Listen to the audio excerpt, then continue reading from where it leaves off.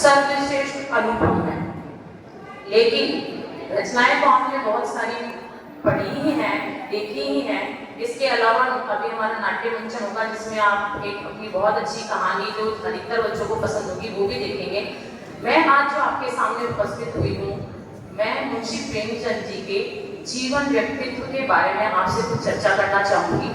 क्योंकि बच्चों, मैं आपको ये बताना चाहती हूँ कि मुंशी प्रेमचंद जी की कहानियां और साहित्य हमें शिक्षा नहीं देती, उनके जीवन से हमें जीवन के प्रति ऐसा दृष्टिकोण प्राप्त होता है कि हम हमारे जीवन में आने वाली मुसीबतों, कठिनाइयों, समस्याओं सबका निदान उनके जीवन चरित्र में पाते हैं।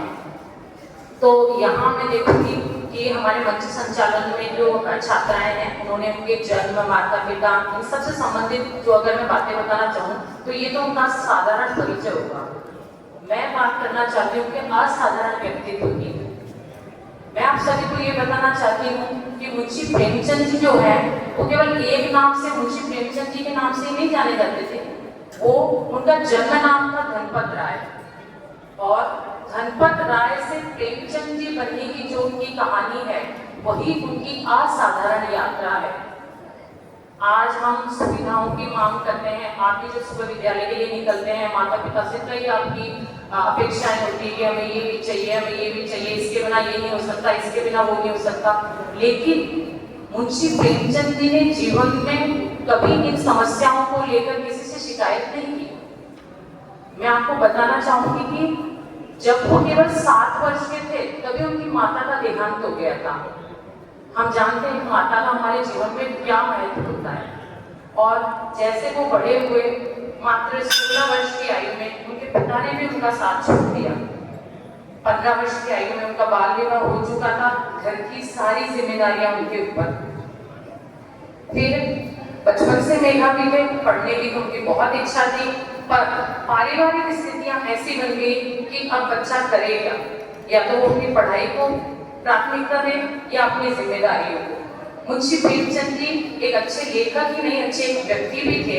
उन्होंने परिवार के प्रति अपनी जिम्मेदारियों को प्राथमिकता दी, लेकिन साथ ही उन्होंने अपनी पढ़ाई को भी जारी रखा। कैसे रखा?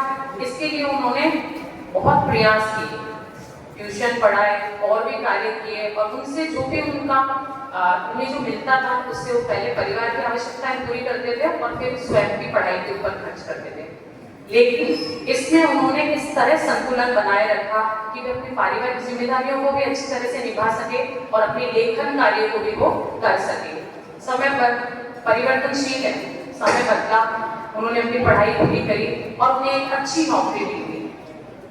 उन्होंने अध्यापक के रूप में कार्य किया और उसके बाद वो शिक्षा विभाग में इंस्पेक्टर बन गए। लेकिन ये नहीं कि अब उनका अच्छा समय शुरू हो गया।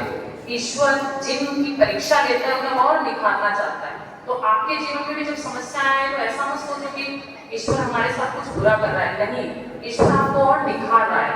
जैसे बच्चों, सोना आग में तब कर ही चमकदार बनता है ना, तभी हम उसे धारण करते हैं।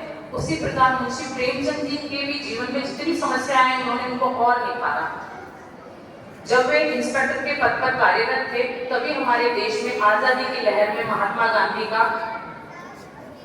गांधी का प्रादुर्भाव हुआ और महात्मा गांधी ने एक आंदोलन चलाया 1921 में, असहयोग आंदोलन। मुंशी प्रेमचंद जी एक देशभक्त भी थे। मातृभूमि के प्रति उन्होंने अपने कर्तव्यों का निर्वहन करते हुए सरकारी नौकरी त्याग की। अब शुरू हुई समस्या का दूसरा दौर, जहां वे जानते थे कि आर्थिक तंगी उन्हें किस हद तक बर्दाश्त करनी पड़ेगी, लेकिन उन्होंने हार नहीं मानी। उन्होंने स्वतंत्र रूप से लेखन कार्य शुरू किया। लेकिन जो व्यक्ति के मन में भक्त भाव होते हैं वो उसके लेखन में तो आते ही हैं। साहित्यकार भी हमारे समाज से, हमारे देश से अछूता नहीं रहता। और मुंशी प्रेमचंद जी ने जो अपनी रचना की सोचे वतन, अंग्रेज सरकार को वो बिल्कुल नहीं भाई, क्योंकि अंग्रेज नहीं चाहते थे कि साहित्य के माध्यम से लोगों में जागरूकता पैदा हो, क्रांति हो। उन्होंने सोचे वतन की सारी प्रतियां जला दी और सोचे वतन किसी के पास भी नहीं पहुंचा। लेकिन मुंशी प्रेमचंद जी ने इससे हार नहीं मानी। मुंशी प्रेमचंद जी ने अपना नाम बदलकर और मुंशी प्रेमचंद के माध्यम से लिखना शुरू किया। उनके व्यक्तित्व के बारे में मुझे आज भी एक पाठ याद है जो मैंने शायद कक्षा 9 या 10 में पढ़ा होगा। हरिशंकर प्रसाद जी की रचना है मुंशी प्रेमचंद के फटे जूते। उन्होंने जिस तरह मुंशी प्रेमचंद जी के व्यक्तित्व को उस पाठ में बताया है, मुझे बड़ा प्रभावित किया, आपको भी बड़ा अच्छा लगेगा कि उन्होंने एक घटना बताई साधारण कि मुंशी प्रेमचंद जी फोटो खिंचवाने आए हैं अपने परिवार के साथ और उनके एक पैर के जूते का अंगूठा दिख रहा है। अंगूठा कब दिखेगा तो जूता फटा हुआ होगा। यहाँ पे मुझे उनकी एक पंक्ति याद आती है जो हरिशंकर परसाई जी ने कही थी प्रेमचंद जी के बारे में कि आजकल के लोगों के तलवे घिस जाते हैं लेकिन वो ऊपर से जूते को सुंदर रखना चाहते हैं। तलवे में हमारे पीछे की जूते की सोल होती है वो फट जाएगी, किसी को नहीं दिखेगी, हम उसे बताना भी नहीं चाहते। हम केवल ऊपर से जूता फटा हुआ नहीं होना चाहिए, लेकिन मुंशी प्रेमचंद जी बिल्कुल विपरीत, उन्होंने अपने तलवे जो है उनको इतनी अहमियत नहीं दी जितना उन्होंने अपने तलवों को अधिक महत्व दिया जितना उन्होंने फटे हुए जूते जो अंगूठे दिख रहे हैं उससे उन्हें कोई शर्मिंदगी महसूस नहीं हुई। इसके बारे में एक प्रसंग भी है कि जब वे आर्थिक तंगी से गुजर रहे थे, प्रसिद्ध तो हो ही चुके थे, इसके उनको एक जमींदार ने अपने यहाँ आमंत्रित किया और उनको कहा कि तुम मेरी प्रशंसा में काव्य पंक्तियां लिखो या कुछ लेकर लिखो, मैं तुम्हें उसके लिए धन दौलत ऐश्वर्य जो भी तुम्हें चाहिए वो दूंगा। लेकिन मुंशी प्रेमचंद जी ने एक ही वाक्य कहा, मेरी कलम बिकाऊ नहीं। कितनी बड़ी कर्तव्य निष्ठा है एक साहित्यकार की अपने देश के प्रति, अपनी मातृभूमि के प्रति, अपने समाज के प्रति। और विद्वजनों का कहना है कि जब आप मुंशी प्रेमचंद जी को पढ़ते हैं तब आपको ऐसा लगता है कि आप उसी शहर, उसी नगर या उसी एक मोहल्ले के घर में रहते हैं। सब कुछ आपका चलचित्र की भांति आपकी आंखों के आगे से गुजरता है। यही मुंशी प्रेमचंद जी के साहित्य की सबसे बड़ी विशेषता है। और मुंशी प्रेमचंद जी के बारे में तो जितना भी कहा जाए कम है। मैंने जितना उनको पढ़ा और जाना है, उनके हर एक चरित्र में, चाहे वो नारी चरित्र हो चाहे वो पुरुष चरित्र हो, उन्होंने देश की समस्या, नारी चरित्र के बारे में मैं कहना चाहूंगी कि उन्होंने केवल पढ़ी लिखी प्रसिद्ध क्रांति करने वाली महिलाओं के बारे में ही नहीं लिखा है, उन्होंने इतने साधारण तबके की महिलाओं को उठाया जो खेती का काम करती हैं। उनका जो प्रसिद्ध उपन्यास है गोदान, उसकी जो नायिका है गोरी की पत्नी, वो एक साधारण खेतों में काम करने वाली महिला है, लेकिन उन्होंने उसके चरित्र को इतना अच्छे तरीके से उभारा है कि महिलाएं केवल पढ़ी लिखी और क्रांति करने और नेता यही इन्हीं महिलाओं की भूमिका नहीं होती है, उन महिलाओं की भी समाज की प्रगति में महत्वपूर्ण भूमिका होती है जो चुपचाप अपनी कर्तव्य निष्ठा का पालन कर रही है। महिलाओं में त्याग, समर्पण की भावना और उनका देश के प्रति जो भाव है वो केवल पढ़ी लिखी महिलाओं में नहीं, अनपढ़ महिलाओं में भी मिलता है।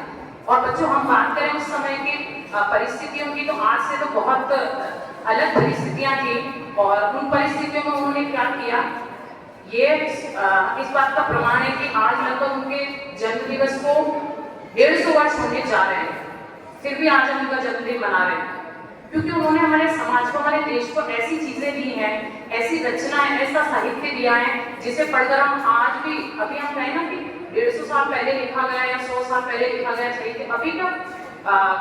अभी क्या उपयोगी होगा, लेकिन आप उस साहित्य को पढ़ेंगे तब आप ये जानेंगे कि वो आज की समस्याओं पे भी उतना ही भरा है जितना उस समय की समस्याओं पे भरा है। ठीक है, तो मेरा आप सबसे यही अनुरोध है कि हमारी जो लाइब्रेरी पुस्तकालय है वहाँ पे मुंशी प्रेमचंद जी की कहानियों का संग्रह है, मानसरोवर के नाम से है, कई भागों में है, आप जरूर उनकी कोई कहानी पढ़ें, आपको पता चलेगा कि जीवन के दृष्टिकोण के प्रति मुझे कैसा सोचना है। देखो, साहित्य हमेशा सोचने की क्षमता को हमारे विकसित करता, उत्कृष्ट करता है। आप समय जितना व्यर्थ करते हैं फोन पे और इन चीजों पे, वो आप वहाँ पे आपको अच्छी बुरी दोनों चीजें मिलती है, लेकिन साहित्य में आपको हमेशा चुनिंदा अच्छी चीजें मिलेंगी, क्योंकि जो साहित्य में लिखा गया है वो साहित्यकारों के जीवन का निचोड़ है। और इन्हीं महान विभूतियों के बारे में हम पढ़ते हैं। क्यों पढ़ते हैं? क्योंकि उन्होंने ऐसा कुछ अनुभव किया है, अपने जीवन में ऐसा कुछ देखा है। तो मैं आपसे यही कहूंगी कि मुंशी प्रेमचंद जी का जो जीवन है वो हमारे लिए बहुत ही प्रेरणादायक है। उन्होंने जिस तरह जीवन में संघर्षों, मुसीबतों और मुश्किलों का सामना किया है, हमें भी उसी तरह हारना नहीं है, आगे बढ़ते जाना है। और आप मुंशी प्रेमचंद जी की एक कहानी जो छोटी कक्षाओं में भी पढ़ाई करती है, मुझे भी बड़ी पसंद है, ईदगाह, तो उसी का मंचन आज जो हमारे छात्र छात्राएं हैं वो यहाँ पे मंच पर करना चाहेंगे। मैं आप सभी से अनुरोध करूंगी कि आप शांतिपूर्वक उस कार्यक्रम, उस कहानी को देखें, बहुत सारी यादें आपकी ताजा होंगी। और अंत में आप सभी को श्री प्रेमचंद जी की जयंती उत्सव की हार्दिक शुभकामनाएं। धन्यवाद।